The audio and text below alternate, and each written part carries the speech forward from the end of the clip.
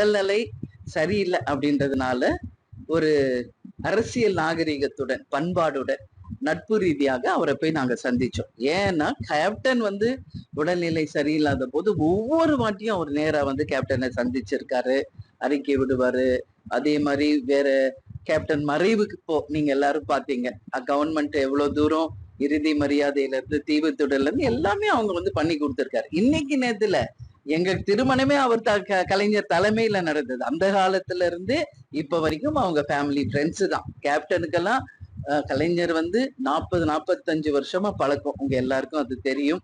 அதே மாதிரி கலைஞர் மறைந்த போது அமெரிக்கால நாங்க இருந்தாலும் எப்படி கேப்டன் அழுதார் அப்படிங்கிறது எல்லாரும் பார்த்திருக்கீங்க.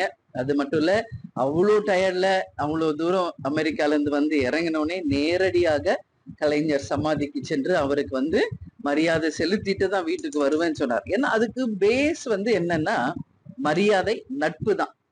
அந்த வகையில தான் நானும் போய் முதலமைச்சர் அண்ணன் ஸ்டாலின் அவர்களை மரியாதை நிமித்தமா சந்திச்சோம். அங்க ஃபேமிலி எல்லாமே இருந்தாங்க. உதயா இருந்தாரு, அண்ணி இருந்தாங்க, அமைச்சர்கள் இருந்தாங்க.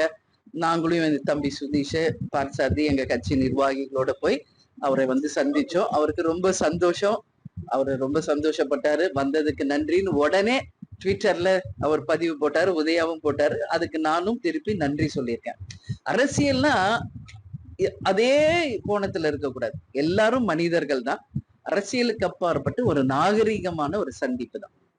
இதாங்க இப்ப வந்து ஒருத்தரை போய் நம்ம சந்திச்ச உடனே அவங்களோட கூட்டணி அப்படின்றது நம்ம ஊர்ல ஒரு கலாச்சாரமா இருக்கு. நான் நேத்து கூட நம்ம பிரஸ் மீட்ல தெளிவா சொன்னேன்.